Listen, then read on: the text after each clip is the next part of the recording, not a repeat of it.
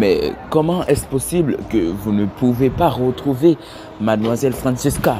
Elle était dans la forêt. Comment est-ce possible que vous n'avez pas pu la retrouver? C'est inadmissible quand même. Faites le nécessaire pour la retrouver, sinon elle peut quand même s'attaquer à ma femme. Écoutez, la forêt est très immense et il y a un lion dans la forêt. Ce lion est en liberté. Cette forêt est très dangereuse. C'est pour ça que nous l'avons déconseillé. Nous avons déconseillé aux personnes d'aller dans la forêt. Et Francesca y est allée. Et le lion l'a retrouvée. Et on a retrouvé le sang de Francesca sur le sol. Donc là, nous supposons que le lion a emmené le corps. Parce que le lion l'avait bien évidemment trouvé. Car nous avons aussi trouvé des tissus de vêtements. Ces tissus correspondent aux vêtements de Francesca. Et le sang correspond au sang de Francesca. Donc nous supposons que le lion a emmené le corps pour le manger autre part. Vous supposez, arrêtez de supposer. Donnez-moi des résultats plus directs. Je deviens fou. Ma femme est en danger. Est-ce que Francesca est vraiment morte? On ne le sait pas. Alors, je veux que vous le sachiez. Je veux que vous vérifiez si Francesca est morte ou pas. Parce que je ne tolérerai pas que ma fille et ma femme soient en danger. Est-ce que c'est clair? Je ne tolérerai pas. Quand même pas. Je veux à tout prix qu'on retrouve soit le corps de Francesca en vie ou mort. Ok? Mais je veux qu'on la retrouve quand même. Monsieur, ne me criez pas dessus. Je suis le commissaire Lee. Le commissaire très populaire dans la région de Mexico. Et le seul et l'unique.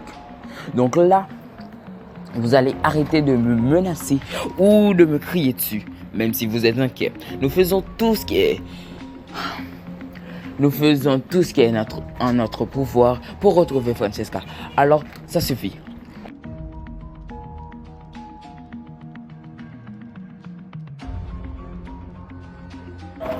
Salut David, ça va? Je suppose que tu as entendu que j'ai été kidnappé. Et c'est pour ça que je t'ai convoqué ici au lieu de te rencontrer à l'endroit habituel. Écoute, sincèrement, je te remercie beaucoup. Je dis vraiment beaucoup pour toute ton aide et pour toute ton affection et dès le départ avec moi. Merci de m'avoir toujours soutenu. Mais là, je n'ai plus besoin de toi. Alexandra, j'espère que tu vas bien dans ta tête, pas vrai? Tu as toujours besoin de moi. Écoute, je suppose que tu es en train de devenir folle de cet homme. Encore une fois, folle amoureuse. Écoute, ne laisse pas cet homme te manipuler. Ne laisse pas Marcus te manipuler. Écoute-moi, tu dois absolument faire payer à cet homme ce qu'il t'a fait. Qui doit prendre la garde de ta fille. Ok? Eh bien, c'est justement de ce que je te parle. Je n'ai plus besoin de ton aide en tant qu'avocat. Je ne veux plus prendre la garde de ma fille à Marcus. Ok? Donc, je n'ai plus besoin de toi. Et sincèrement, je ne te garde même pas en tête comme mon ami. Parce que tu m'as fait du mal et beaucoup de mal. En ce moment, ma soeur est en train de mettre ma fille à l'école. C'est moi qui devrais le faire. J'ai sacrifié mon temps pour venir te parler parce que j'ai une nuance de décence pour toi. Tu laisses encore cet homme te manipuler. Tu le laisses encore une fois te vider la tête. Je regrette vraiment de t'avoir aidé dès le premier instant, Alexandra, car tu es vraiment une ingrate pour tout ce que j'ai fait pour toi. J'ai sacrifié mon temps en tant qu'avocat pour t'aider à prendre la garde de ta fille. Et maintenant, c'est ce que tu me fais. Ta fille mérite bien mieux. Ce n'est pas sans de laisser ta fille vivre avec son père Marcus. Marcus a un cœur sombre. Marcus ne mérite même pas le droit de voir sa fille. Dis-moi, David, de quoi tu te mêles au juste? Ça ne te concerne pas, ok? Nos histoires de famille ne te concernent en rien. Alors reste à tes limites. Ok, est-ce que c'est compris? Je me suis fait kidnapper par Francesca. Mais je ne te laisserai pas m'insulter. J'ai assez vécu de choses comme ça pour te laisser m'insulter comme ça. Est-ce que c'est compris? Voilà la raison pour laquelle je ne veux plus prendre la garde de ma fille à Marcus.